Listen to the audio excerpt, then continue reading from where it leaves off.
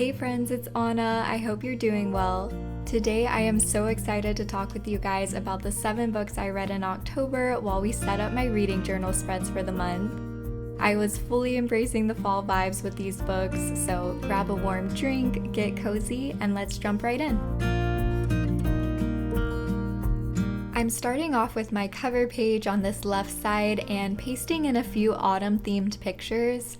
I like to go for a collage, scrapbooky type of look in my reading journal, using lots of pictures, washi tape, stickers, stamps, that sort of thing to kind of collage together the pages. Over the summer, I was using a light academia aesthetic, but now that we are fully into the fall season, I'm doing more dark academia, and especially for October, I wanted to give the pages a bit of a spooky feel. I'm using some tea-stained paper as a base for the title. I stained this using a tutorial from Plant-Based Bride, so I'll link that video below if you're interested in staining your own paper.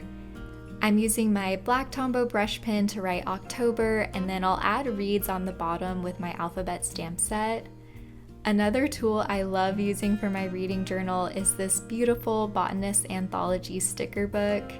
I have to say, I love getting to do these reading journal setups each month. It's so relaxing and fun to just play around with the stickers and washi tape and collage together the journal. So now that the base of the page is created, I'm adding in the finishing touches with a few different washi tapes, sticking with vintage tapes and warm-toned colors. I'm pulling from 3 main tape sets for this setup, and all those, along with all the other supplies I'm using, will be linked in the description box below in case you're curious. All the pictures that I use in these spreads come from Pinterest. I searched lots of variations of autumn vibes, dark academia aesthetic, things like that. I ended up really loving the overall feel of this cover page. I think it's a lovely fit for October and also a great representation of the books I read last month. I've been working my way through my Fall TBR, so almost all the books I read were very autumnal with some major cozy fall or spooky season vibes. So moving on to this right page, it's going to be my reading summary for the month. I'm starting out by pasting the covers of all my October reads, and then in the following pages is where we'll talk about each of the books and create individual spreads for each of them. I did finish a Harry Potter book this month, book 5, Order of the Phoenix, so I thought it would be fitting to use part of a Harry Potter book page for the setup. Like I mentioned, I finished 7 books in October, so I'm stamping that up top, and then I'm going to use one of these super cute silicone book stamps to add to the corner. And then I'll use some more stickers and washi tape to fill in some of the space left at the top area. With the space at the bottom, I'm going to put some reading stats for the month. The 3 stats I decided to include for October were book ratings, book genres, and then a new one, how long I spent reading each book. I made these stats into graphs on Canva, and then I'll fill in the labels with my fine liner. First is book ratings on the left. It was a pretty good reading month. I had 1 5-star, 3 4-stars, and 3 3-stars, although one of those should probably have been a 2-star book, but we'll talk about that in a little bit. This pie chart in the middle is for genre. I read a mix of fantasy, sci-fi, and classics last month, although it was overwhelmingly fantasy with 5 out of 7 books. And then this last bar graph is that new stat of how long it took me to read each book. I had 2 books that took me less than a week. That was Ravenfall and Northanger Abbey. 2 books that took me 1 to 2 weeks, 1 book that took me 3 to 4 weeks, and 2 books that took me over a month. That was Harry Potter because I've been listening through the series on audiobook while doing other things. And then Atlas 6, which I read a few chapters of in September and then started some other books and didn't come back to it until this October. So with the stats all filled in, that completes my cover pages. Moving on to setting up all the individual spreads for each book, I'm going to do these close to the chronological order in which I finished the books, but with some adjustments because I like to give more space for the books I enjoyed the most or had the most thoughts on. Starting off with some tea stained paper for the background, and I'm splitting this first page in half for 2 entries. The top box is for the first book I finished in October, Ravenfall by Kaylin Josephson. This was a YA fantasy about our main character Anna, whose family of psychics own the Ravenfall Inn. She and her new friend Colin are trying to solve the mystery of Colin's parents' murder by Halloween night. This book was giving the strongest fall and Halloween vibes. It took place during October. The characters were constantly eating pumpkin pastries and drinking pumpkin coffees. There was even a black cat as one of the characters, which is why I'm using the picture to decorate the spread. I only gave this book 3 stars because it was a little too YA for me. I felt like it was written for a very young reading level, so even though it was a cute story and fun for the fall vibes, I wouldn't recommend this one unless you enjoy reading like young YA books. And I'm leaving most of the space in each book spread empty because that's where I'll go in later and journal my thoughts on each book.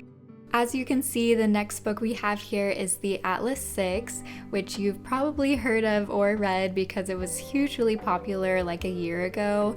But I have to say, I didn't love this book. It's about 6 characters that practice different branches of magic and who are all competing for entrance into the secret Alexandrian society. I liked the characters of Nico and Libby okay, but the other 4 were just wholly unlikable to me and not in an interesting way. I think it's definitely possible to have a good book with unlikable main characters, but it has to be really well done, and this one, there was just nothing for me to relate to or to humanize most of the characters. I also fully agree with one Goodreads review I saw that put it perfectly. This book was pretentious but without any substance to back it up. A little pretension can be fun to read when it's warranted, especially in this case when we're reading about an elite society. But I felt like the author was just telling us over and over, these characters are so powerful, the stakes are so high, the library contains such knowledge, but then the actual actions and plot didn't live up to that. The story did hold my attention and I was eager to know how it ended, so I did give this book 3 stars, but I guess with my expectations so high, I was a little disappointed with that. Moving on to the right side, I'm devoting this whole page to Northanger Abbey by Jane Austen. One of my 2023 reading goals was to read all of Jane Austen's novels this year, and Northanger Abbey was my last one to get through, so I've completed at least one of my reading goals for the year. This was my first time reading Northanger Abbey, and I loved it. This could honestly be one of my favorite Austen books. Nothing will ever come close to Pride and Prejudice, which holds a special place in my heart, but I don't know, this could be a competitor for second favorite. The story is about young and naive Catherine, who's obsessed with Gothic literature, and it's really her coming of age story during her travels to Bath and then Northanger Abbey, during which she really gets introduced into society and has to start thinking for herself and asserting her own opinions. I loved the character of Catherine. I thought she was Jane Austen's most relatable heroine, at least for me, and I also thought the love story in this one was so sweet. This novel was really fun because it was a parody of Gothic novels, so first of all, that made it a perfect fall read. I never expected to get such spooky vibes from a Jane Austen novel. But I also thought it was just so clever how Austen poked fun at literature and at the same time defended it. Oh, and I wanted to show you guys the copy I have. This is the Chiltern Classics edition. I've been slowly collecting all these editions, and it definitely elevates the reading experience when you get to hold such a beautiful book. To finish off the Northanger Abbey spread, I'm writing one of my favorite quotes from the book, which goes, "It is only a novel. Or in short, only some work in which the greatest powers of the mind are displayed, in which the most thorough knowledge of human nature, the happiest delineation of its varieties, the liveliest effusions of wit and humor are conveyed to the world in the best chosen language." I feel like that is such a beautiful ode to literature and a great representation of this book.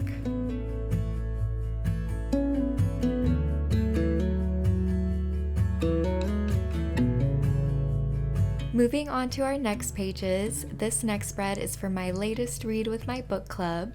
We just finished Jurassic Park by Michael Crichton, the book that started it all. I was actually not very excited when this book got picked because I had seen the original movie a long time ago and just wasn't super interested in it, but this book was such a pleasant surprise. I was so impressed by Michael Crichton's writing. I was immediately pulled in and curious about the story, which says a lot since I was actively uninterested going in. The atmosphere of suspense and tension throughout the whole book was so heavy. I was on edge the whole time. I also thought there was the perfect amount of scientific explanations.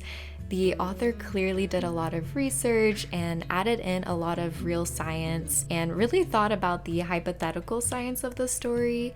So I appreciated how he added in explanations to give that extra level of depth and make the story feel more realistic, but didn't go overboard and just science dump.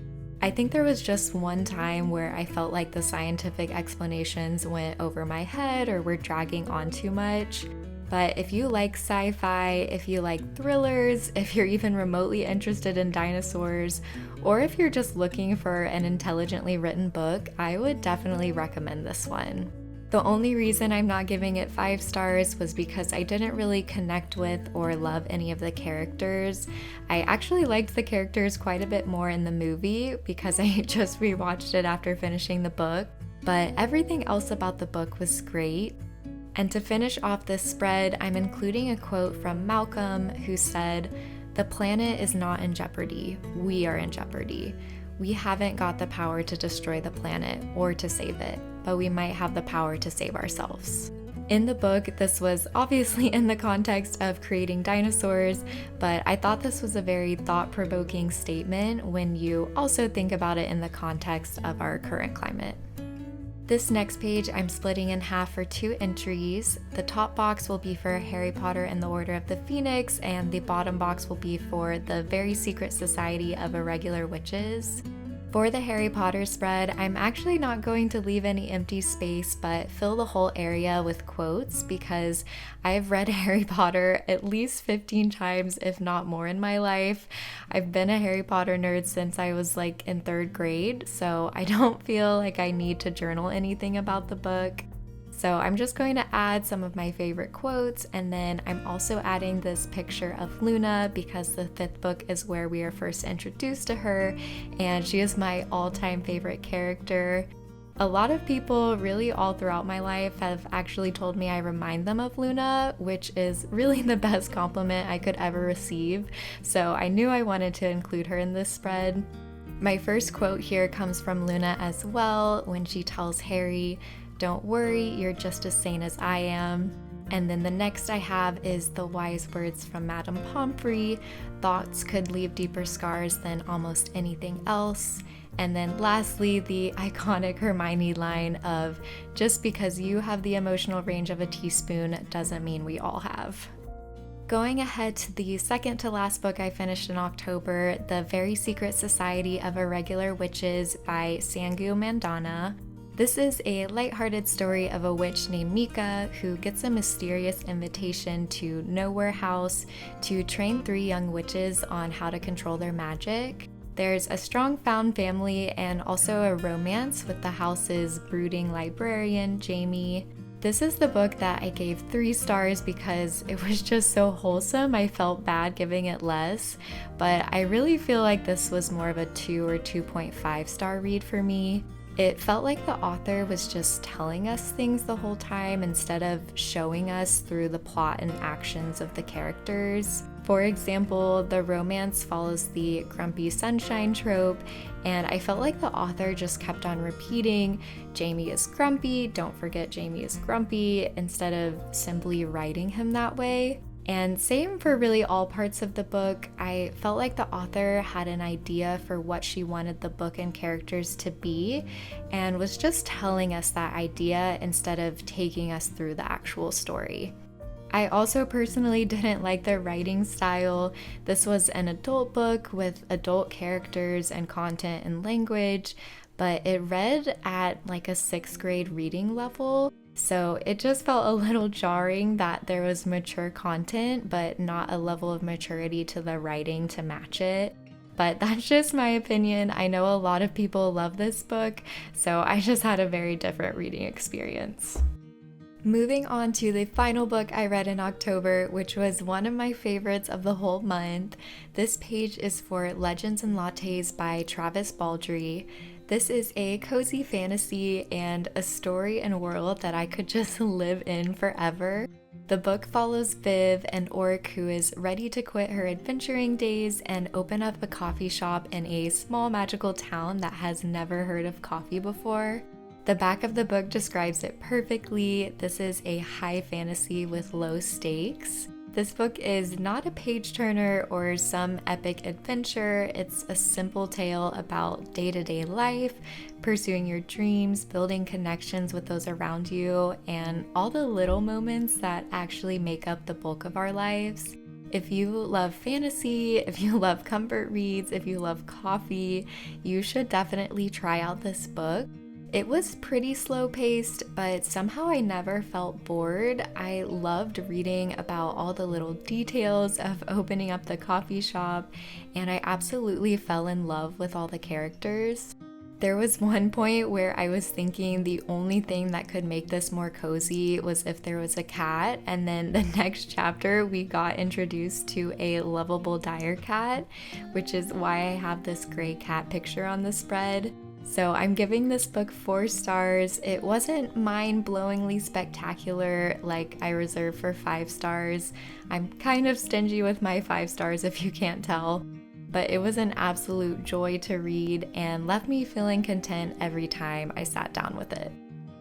Moving on to this last page of the setup, which was left over because I couldn't figure out how to create these spreads in an even number of pages while giving each book the amount of space I wanted. So I decided to use this last page as a mini November and December TBR, or to be read. I still have some books left from my 2023 reading goals, and I'm still making my way through my fall TBR of autumn-themed books I picked out, so I thought it would be helpful to make an updated sort of list of some books I wanted to prioritize in these next months. I try not to view reading goals and TBRs as too strict because I never want to feel forced into reading anything. But it is exciting to take a look at all the books you really want to get to in the near future. So I used my dark green Tombow brush pen and gold gel pen for the title, and below that I created 2 boxes for November and December. I'm stamping those titles on pieces of tea stained paper, and then I'll tear these into little ovals and paste them on their respective boxes. In the interest of flexibility, I'm not going to list too many books, so I chose just 3 books for November and 2 for December that I really want to prioritize, and printed the covers of those. In case you're curious, I print these book covers from Google Docs, and I have a mini tutorial on that process in my reading journal setup video, so I'll link that video below and at the end of this one in a minute, so you can watch that if you want. I'm also giving myself some space in November for listing books I want to read for videos because I'm planning on doing some reading vlogs this month, so stay tuned for that. And then since December is still a ways away and who really knows what I'll be wanting to read then, I left most of that space blank for me to fill in later. I added some washi tape and stickers to decorate the spread a bit more, and that completes my October reading journal setup.